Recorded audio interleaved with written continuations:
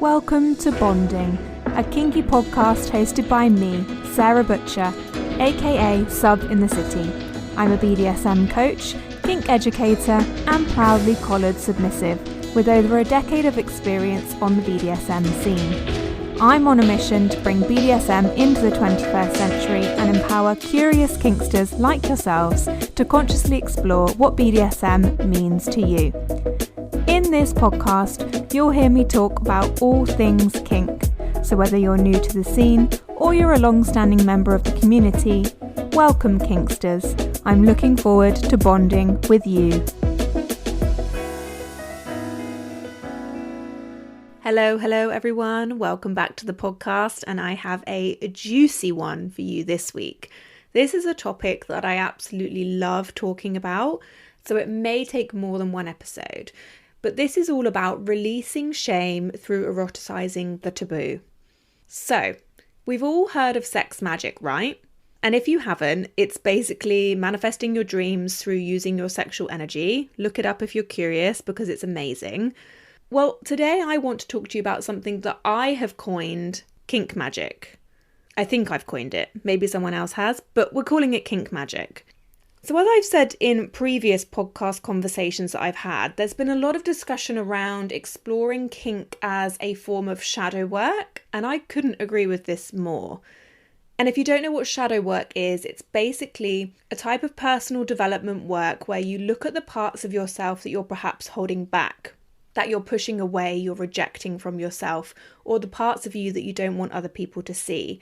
And it's about bringing these parts to the surface so that you can become whole again and have that acceptance and self-love. And it's a really beautiful form of self-work that I recommend everybody do in order to try and actualize your most authentic self. And so what if I told you you could let go of limiting beliefs, self-criticism, insecurity, shame, and much more, simply through eroticising these feelings? Now, disclaimer, I'm not saying it will absolutely do these things, and if you are struggling with any of the above, then of course, please seek support for whatever you need. But if you are in a place of being open to getting curious about your shadow self, and you're curious about spicing up your sex life too, then kink can be such a beautiful way to do both of these things simultaneously. And I've been doing that for many years now, and more keeps coming up, even though I've been exploring kink for 12 years now. I'm a therapist myself.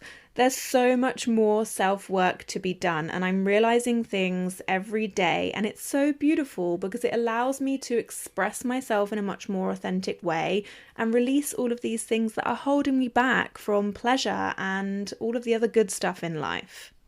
What makes kink fun is that it allows you to eroticize the taboo. It allows you to eroticize those shadowy parts of society and yourself, and it allows you to do it in a safe container where you can explore these parts without guilt or shame, because these feelings too are often eroticized as part of the entire experience. Take cuckolding as a good example. So cuckolding is a kink where one partner, referred to as the cuck, is forced, in inverted commas, to watch their partner have sex with another person, often referred to as the bull. And this typically refers to the male, but we're going to use this term for the purpose of this example to describe all genders who might be in that role of the bull. So there could be several types of intention behind a scene like this, but commonly it's to evoke feelings of jealousy, inadequacy, and humiliation in the cuck, the person watching. Now, I already know that many of you are probably thinking, what? Why would I want to feel jealous and inadequate? Why would I want to watch my partner with someone else? And the answer is, exactly. Why would you? In everyday life, of course, we're not going to want to feel that way. That's just shit. But that's our ego speaking. Of course, our ego doesn't want to feel humiliated, inadequate, jealous, because that goes against what society says we should want.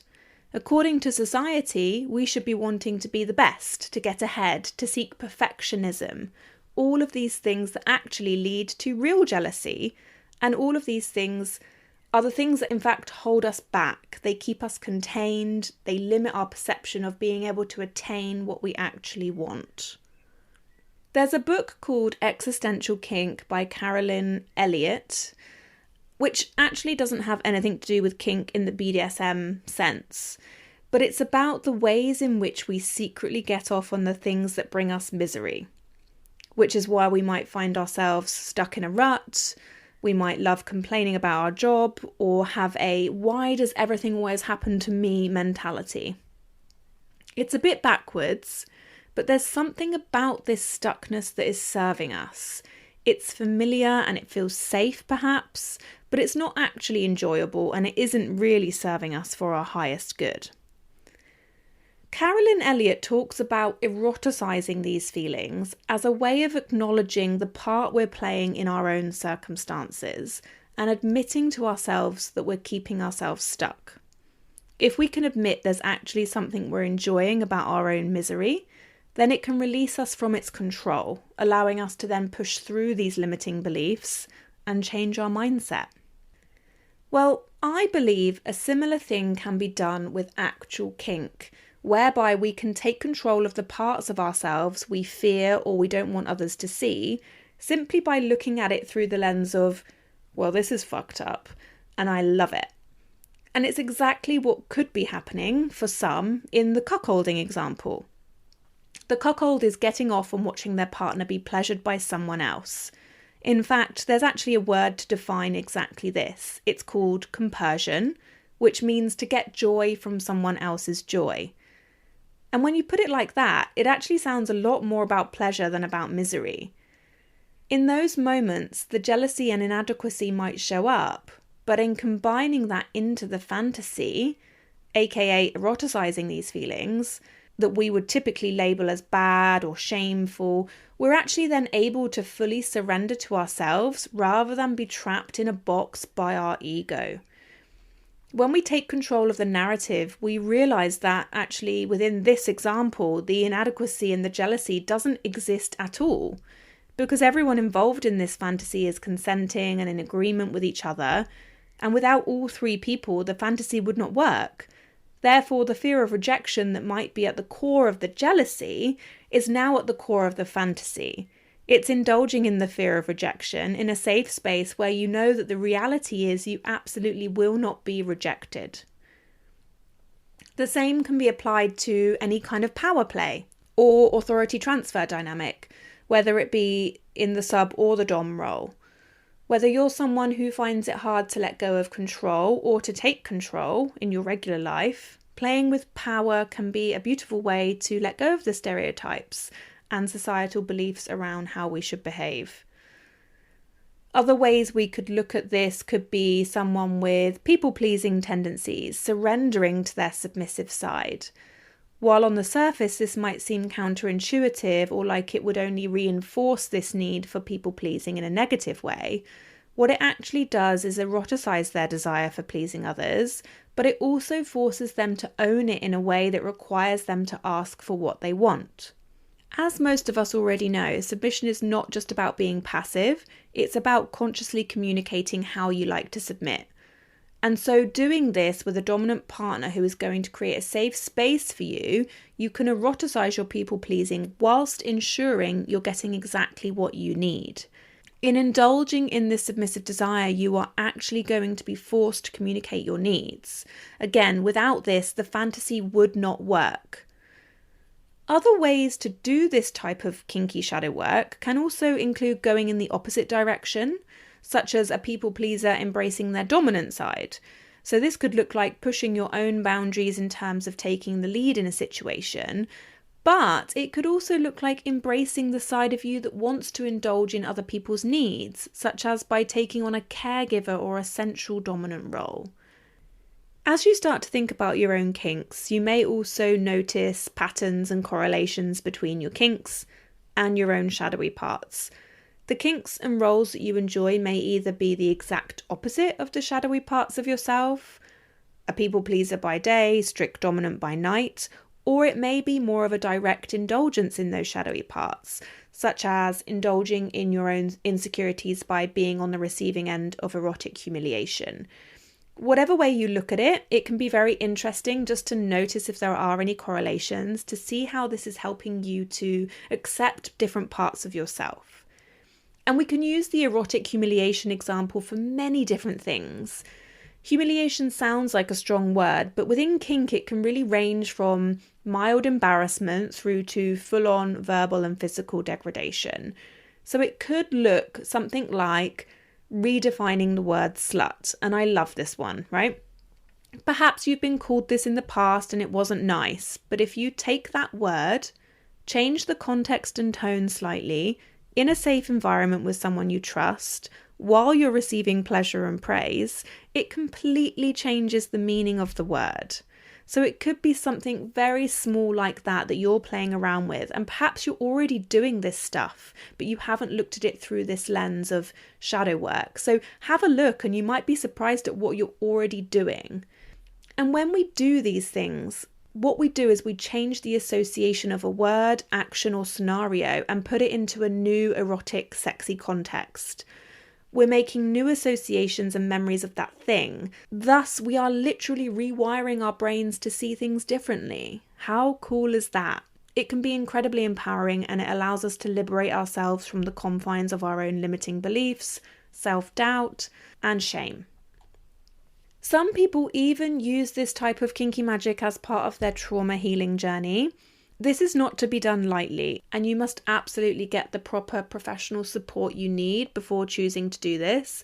But I have successfully worked with clients who have used BDSM and kink to process and rewrite their narratives of past abuse through power play or consensual non-consent or whatever it looks like for them. Of course, to do this safely, you need to ensure that you have the core foundations of a safe container, which include consent, communication, mutual respect, and trust. And it's also important to ease your way into these. And by that, I mean building up to the fantasy before diving right into some of your deep shadows. So, dip your toes in first and get to know them before inviting them all out to play. So how do we get started? Well, first things first, do your yes, no, maybe checklist. You can download this for free on my website. Do this alone without the influence of any partners around and just be totally honest with yourself. I want you to notice what comes up as you're doing this. So the second thing would be to reflect on this task both during and after. How did it feel? Did you feel any resistance? Were there any core beliefs jumping in saying, well, that's not okay, and that is so wrong? If so, welcome them in and try to journal on what those thoughts are and where they come from. Whose are they? Are they yours? Are they someone else's? And what are they trying to do? Perhaps they're trying to protect you in some way. More often than not, that is the case. Third, I want you to compare notes with your partner or your partners. Start with a discussion around the things you're curious to try and why. This is already part of the shadow work, by the way. You're voicing your desires to another person. So they're no longer just your own. They're no longer just in your brain. So you have to be really patient and kind with yourself because sharing these things creates a real sense of vulnerability. So make sure that you're going at your own pace. Then, it's time to start experimenting with perhaps introducing this fantasy or activity in a way that feels safe enough first of all. So this could be simply by watching some porn of that fantasy without even having sex. Or it could be watching something or even talking about the fantasy during sex first of all. If it's an activity such as spanking, you could simply have the toys out by the side of the bed as a visual representation and anticipation around the activity without actually going in and doing it right away. It's important to note that doing these small steps will ensure that you don't push your boundaries and limits too quickly. Sometimes you may realise that a fantasy is best left a fantasy, and in actual fact, bringing it fully to life isn't what you'd hoped for at all. And that's quite common. This can quite commonly happen with things like threesomes. However, with plenty of communication and a build-up to whatever it is you'd like to try, you will find it much easier to create exactly what you want.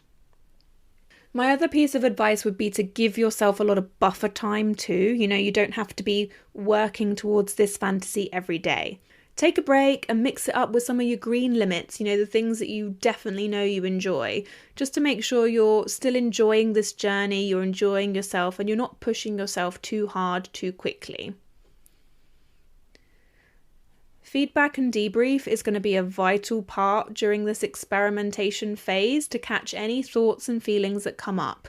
Be sure to express everything, the good, the bad, and the ugly, as this will help you and your partners to have a bigger picture of what the experience is like for you and what tweaks you might need to make sure everyone is enjoying themselves to the fullest. You'll be amazed what you learn about yourself, both inside and outside of the bedroom, and how your confidence improves all round as you start to welcome in these parts of yourself that you've possibly been rejecting or putting in a box.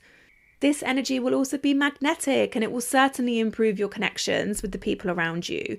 Vulnerability can be seen as our biggest weakness, or it can be seen as our biggest power. So let's make some kinky magic as we embody our most authentic selves. As I said, you can download your limits and boundaries checklist for free on my website, and I'll link it in the show notes. I want to know, what are your kinky shadows and how have you brought them into the light? As always, my DMs are always open, my inbox is always open, so do drop me a message if you have any questions. And if you found this episode useful, please give it a like and a follow and a review on Spotify, because that goes a long way to helping me spread the kinky love and education. Also, if there's anything else that you'd like to hear from me, or a burning kinky question that you're dying to have answered, then drop me a DM on Insta or email me. As I say, my inbox is always open and I will answer it in one of my future podcasts. Much love, Kinksters, and see you next time. If you enjoyed this podcast, please share it with your friends. And if you want to continue to consciously explore your kinks, be sure to check out my upcoming workshops and events at subinthecity.com/events, or book your one-to-one BDSM exploratory session with me today at subinthecity.com/booking.